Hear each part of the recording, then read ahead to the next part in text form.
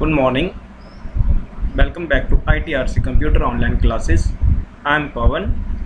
Today topic is Generations of Computer.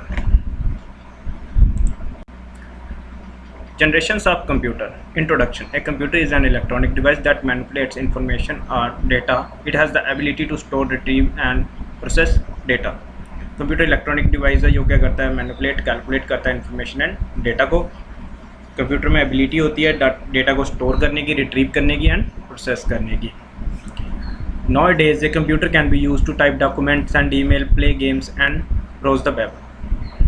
आज के time में हम कंप्यूटर को यूज़ करते हैं डॉक्यूमेंट्स को टाइप करने के लिए, ईमेल को सेंड करने के लिए, गेम खेलने के लिए और वेब ब्राउज के लिए. It can also use to edit और create spreadsheet, presentation and even videos. Computer को हम यूज़ करते हैं एडिट और क्रिएट करने के लिए स्प्रेडशीट जिसे हम MS एक्सेल्स कहते हैं, प्रेजेंटेशंस जिसे हम पावर पॉइंट्स कहते हैं एंड इवन वीडियो को भी एडिट हम कर सकते हैं. But the evolutions of this complex system start around 1940 with the first generation of computer and evolving ever since. जो हमारी एवोल्यूशन स्टार्ट हुई थी कंप्यूटर की वो स्टार्ट हुई थी 1940 में फर्स्ट जनरेशन ऑफ कंप्यूटर के साथ जो आज तक चल रही है. There are 5 generations of computer. Computer generations: first generation, second generation, third generation, fourth generation, fifth generation. First generation depend होती थी वैक्यूम ट्यूब टेक्नोलॉजी पे, सेकंड जनरेशन डिपेंड होती थी ट्रांजिस्टर पे, थर्ड जनरेशन ने ट्रांजिस्टर टेक्नोलॉजी को replace किया, integrated circuit आ गए जिसे हम IC बोलते हैं. फोर्थ जनरेशन ने VLSI टेक्नोलॉजी का यूज़ किया. देन फिफ्थ जनरेशन में हम आर्टिफिशियल इंटेलिजेंस का यूज़ कर रहे हैं. First generation 1946 to 1959, second 1959 to 1965, 1959 to 1965, 1971 to 1989 and 1989 पे हमारी फिफ्थ जनरेशन है. जनरेशन्स का जो टाइम पीरियड्स है डिफरेंट बुक में डिफरेंट दिया होता है. ये टाइम वेरी करता है. किसी में अब जैसे फर्स्ट जनरेशन्स का दिया होता है 1942 टू 1954, तो इससे ज़्यादा इफेक्ट नहीं पड़ता है. First generation. The period of first generation was 1942 to 1954. First generation of computer started with using vacuum tube as the basic components for memory and circuitry for CPU, central processing unit. These tubes, like electric bulb, produce a lot of heat and were very expensive and could be afforded only by a very large organization. In this generation, mainly batch processing operating system were used. In the generation, punch card, tape, paper tapes, magnetic tape, input and output device are used. There are machine code and electric wired word language used. जो हमारी first generation है, जो first generation हमारी start हुई है 1942 to 1954. First generation में हम vacuum tubes का यूज़ करते थे मेमोरी और CPU के लिए. मींस कि फर्स्ट जनरेशन में जो हम टेक्नोलॉजी यूज़ करते थे वो वैक्यूम ट्यूब टेक्नोलॉजी यूज़ करते थे. ये जो ट्यूब होती थी इलेक्ट्रिक बल्ब की तरह होती थी, लार्ज होती थी और ये क्या करती थी, ज़्यादा से ज़्यादा हीट प्रोड्यूस करती थी और ये बहुत ही ज़्यादा एक्सपेंसिव होते थे. फर्स्ट जनरेशन्स के कंप्यूटर ओनली इन्हें वही जो बहुत बड़ी बड़ी ऑर्गेनाइजेशन होती थी वही इनको क्या कर सकती थी, खरीद सकती थी. इस जनरेशन्स में हम जो ऑपरेटिंग सिस्टम यूज़ करते थे उसे हम बैच ऑपरेटिंग सिस्टम बोलते थे. फर्स्ट जनरेशन्स में जो हम ऑपरेटिंग सिस्टम यूज़ करते हैं वो कौन सा है, बैच ऑपरेटिंग सिस्टम यूज़ करते हैं. फर्स्ट जनरेशन में हम पंच कार्ड का यूज़ करते थे, पेपर टेप का, मैग्नेटिक टेप का इनपुट और आउटपुट डिवाइस के लिए. जो फर्स्ट जनरेशन्स के कंप्यूटर थे वो मशीन लैंग्वेज पे काम करते थे और इनकी जो कैलकुलेशन स्पीड है फर्स्ट जनरेशन्स की वो क्या थी, माइक्रो सेकेंड और मिली second.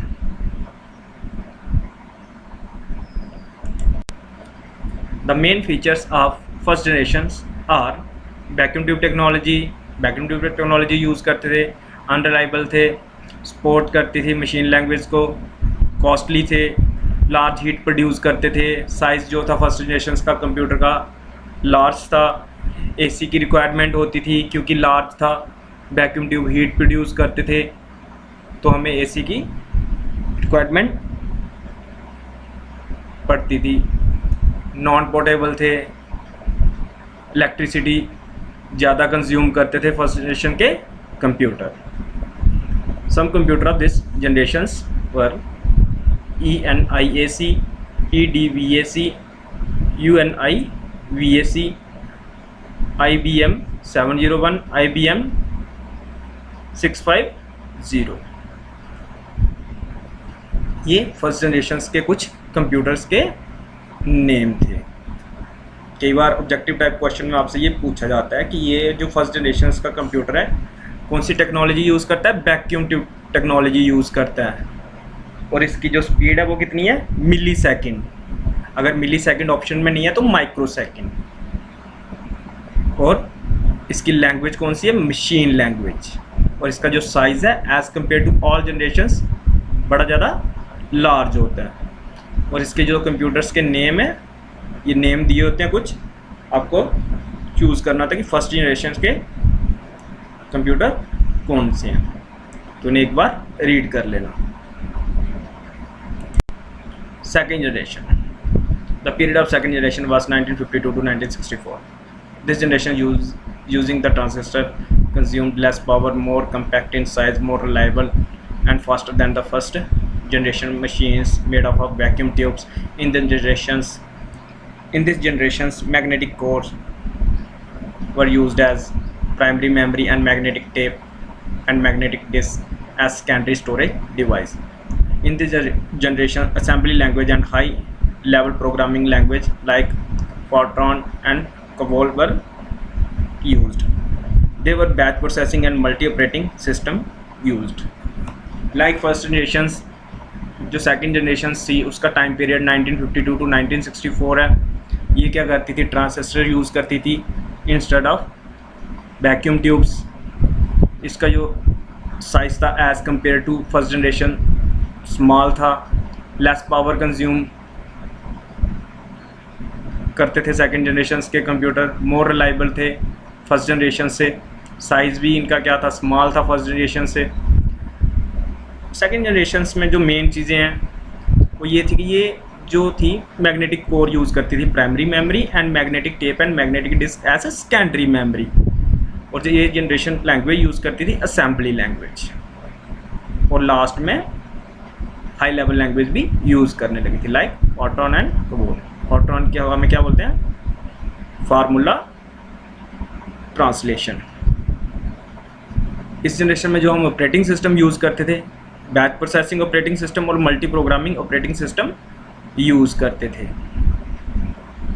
According to exam point of view, इसमें कुछ मेन चीज़ें जो आपको याद रखनी है। सेकेंड जनरेशन की जो टेक्नोलॉजी थी वो ट्रांजिस्टर पे वर्क करती थी, वैक्यूम ट्यूब को रिप्लेस करके। इसकी जो मेमोरी थी primary memory as magnetic core use करती थी, और सेकेंडरी मेमोरी मैग्नेटिक टेप और मैग्नेटिक डिस्क यूज़ करती थी। इसमें जो लैंग्वेज यूज़ होती थी वो असेंबली लैंग्वेज थी, और इसमें बैच ऑपरेटिंग सिस्टम और मल्टी प्रोग्रामिंग ऑपरेटिंग सिस्टम हम यूज़ करते थे।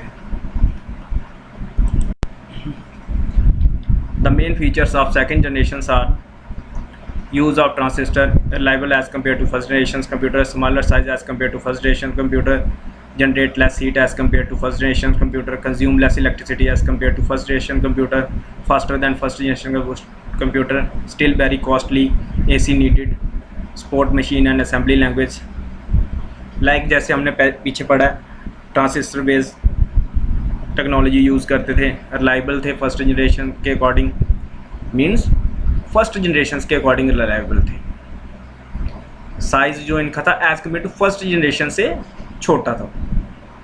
जो हीट थी फर्स्ट जनरेशन से कम प्रोड्यूस करते थे। इलेक्ट्रिसिटी भी as compare to first generation से कम यूज़ करते थे। फास्टर थे, मीन्स ये जो इनकी कैलकुलेशन स्पीड थी ये माइक्रो सेकेंड थी। कॉस्टली थे, इनके लिए भी एसी की रिक्वायरमेंट थी। मशीन लैंग्वेज और असेंबली लैंग्वेज को सपोर्ट करते थे। Some computer of this generations पर IBM 1620, IBM 7094, CDC 1604, CDC 3600 and UNIVAC 1108। ये कुछ कंप्यूटर्स के नाम है सेकेंड जनरेशंस के, इनको उनको एक बार रीड कर लें। Third generations.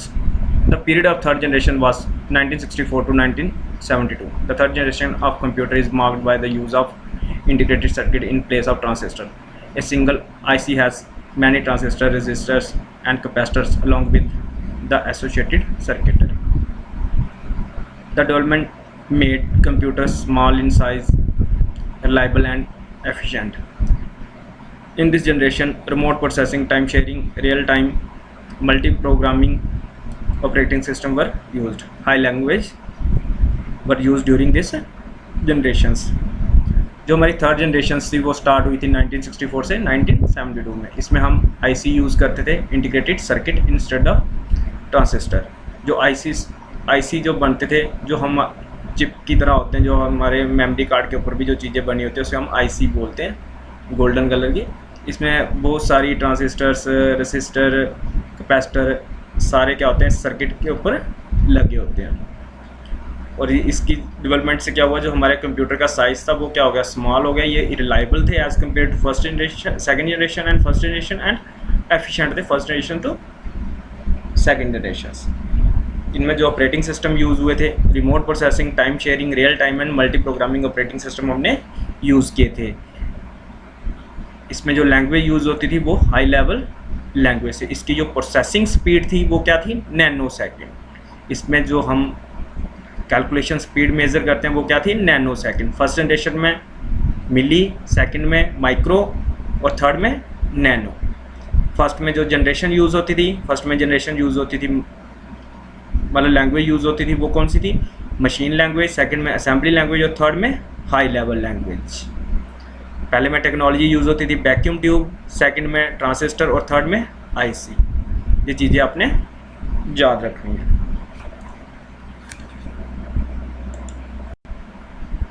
The main features of third generations are IC used, more reliable, smaller size, generate less heat, faster, lesser maintenance, still costly, AC needed, consumed lesser electricity, support high level language। Means कि ये IC use, technology use करते थे, reliable थे, smaller थे as compare to first and second generations, generate less heat करते थे, produce as compare to first and second generation, faster थे second और फर्स्ट जनरेशन से। इसमें मेंटेनेंस की ज़रूरत कम पड़ती थी, बट स्टिल ये क्या थे, कॉस्टली थे। AC की रिक्वायरमेंट थी क्योंकि ये भी हीट प्रोड्यूस करते थे। कंज्यूम इलेक्ट्रिसिटी कम कंज्यूम करते थे as compare to first and second generations, और ये सपोर्ट करते थे सिर्फ high level language. Some computer of this generations were IBM 360 series, HUNEYWL, Honeywell 6000 series, PDP, IBM 370, 168, TDC 316। ये कुछ कंप्यूटर्स के नाम हैं जो आपने लर्न करने। Fourth generations. The period of fourth generation was 1972 to 1990. The fourth generations of computers marked by the use of very large scale integrated circuits, VLSI. VLSI circuits having about 5,000 transistors and other circuit elements and their associated circuit on a single chip made it possible to have microcomputer of fourth generations. Fourth generation computer become more powerful, compact, reliable and affordable. As a result, it gave rise to personal computer PC revolutions. In this generation's time sharing, real time network, distributed operating system were used. All the high language like C, C++, D-Base etc. were used in this generation. जो fourth generation के computer थे उसने IC को replace किया और VLSI का use करने लग पड़े, जिसे हम very large scale integrated circuit बोलते हैं। इसमें क्या होता था, एक ही चिप पे क्या होते थे 500 ट्रांजिस्टर्स और अदर एलिमेंट्स क्या होते थे इसी के ऊपर बिल्ड होते थे। और ये क्या बनाते थे, इन्होंने क्या प्रोड्यूस किया जिससे हम माइक्रो कंप्यूटर बनाने में सक्सेसफुल हुए। फोर्थ जनरेशन के जो कंप्यूटर हैं पावरफुल थे बाकी सारी जनरेशन से, रिलायबल थे, अफोर्डेबल थे, मतलब कॉस्ट इनकी कम थी, घर घर पे जो हम इनको लेके आने लग पड़े। मतलब जो फोर्थ जनरेशन्स है उसमें क्या हुआ, पीसी रेवोल्यूशंस आ गए, मतलब जो पर्सनल कंप्यूटर आप घर घर पे यूज़ करने लग पड़े। इन जनरेशन्स में time sharing, real time networks, distributed operating system हम यूज़ करते थे। ये भी डिपेंड करती थी हाई लेवल लैंग्वेज पे, जैसे C++ were used in this generation. The main features of fourth generations are VLSI technology use करते थे, पोर्टेबल था ये, रिलायबल भी थे, यूज़ ऑफ PCs होने लग पड़े, वेरी स्मॉल साइज़ थे, पाइपलाइन प्रोसेसिंग यूज़ होती थी इसमें, AC की कोई नीड नहीं होती थी, बिकॉज कंप्यूटर में ही एक फ़ैन लगा होता था जिसमें ये बड़ी ज़्यादा लो हीट प्रोड्यूस करते थे, मतलब निग्लिजिबल हीट प्रोड्यूस करते थे, इसलिए AC की रिक्वायरमेंट नहीं थी इस जनरेशन में। इसमें कंसेप्ट ऑफ इंटरनेट इंट्रोड्यूस हुआ, grow development in the field of networks. Fourth generations में ही नेटवर्क में बड़ी ज़्यादा डेवलपमेंट हुई, कंप्यूटर बिकम ईज़िली अवेलेबल, जो कंप्यूटर थे ईज़िली अवेलेबल होने लग पड़े, मतलब इनकी जो कॉस्ट थी इतनी कम थी कि सारे इसको खरीद सकते थे, और इनका जो साइज़ था as compare to all generations बहुत ज़्यादा स्मॉल था। जो आज हम यूज़ कर रहे हैं वो सारे कंप्यूटर फोर्थ जनरेशन्स पे ही डिपेंड है। इसकी जो मेन चीज़ें याद रखनी है, VLSI टेक्नोलॉजी पे यूज़ करते थे, पोर्टेबल थे ये, रिलायबल थे, स्मॉल थे, पाइपलाइन प्रोसेसिंग यूज़ करते थे, और इसकी जो स्पीड थी वो थी picosecond. Some computer of this generations were DEC10, STAR1000, PDP-11, CRAY1 super computer, CARY-XMP super computer. ये कुछ फोर्थ जनरेशन से कंप्यूटर के नेम है। Fifth generation, the period of fifth generation is 1919 till date. In the fifth generation the VLSI technology become ULSI, ultra large scale integration technology, resulting in the production of microprocessor chip having 10 million electronic components. This generation is based on parallel processing hardware and AI software. AI is an emerging branch in computer science which making computer think like human being. AI includes robotics, neural network, game playing, development of expert system to make decision in real life situation, natural language understanding and generations. जो हमारी fifth generation थी उसका time period 1919 से till date तक start हो गया, मतलब जो इस पर भी वर्क चल रहा है। मतलब इसमें हम VLSI की जगह ULSI, ultra large scale integration technology use करते हैं। इसमें क्या होता था, जो मेन कंसेप्ट था इसमें हम AI का यूज़ करते हैं और पैरेलल प्रोसेसिंग का यूज़ करते हैं। AI क्या है? AI एक कंप्यूटर की ऐसी ब्रांच है जो किस पे वर्क कर रही है कि हम ऐसा कंप्यूटर बनाएंगे जो ह्यूमन की तरह वर्क करे, जिसमें फीलिंग भी होंगी और जो डिसीजन भी ले सकता है, लाइक रोबोटिक्स, न्यूरल नेटवर्क्स। इसके कुछ AI की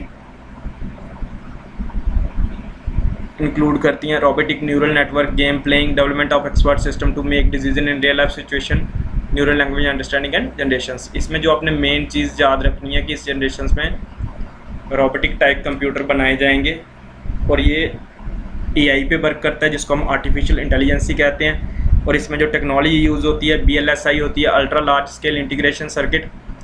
और जो मेन चीज़ है वो ये है कि इस जनरेशन में ऐसे कंप्यूटर बनाए जा रहे हैं जो थिंक लाइक ह्यूमन बीइंग होंगे, मतलब ह्यूमन बीइंग की तरह वर्क करेंगे।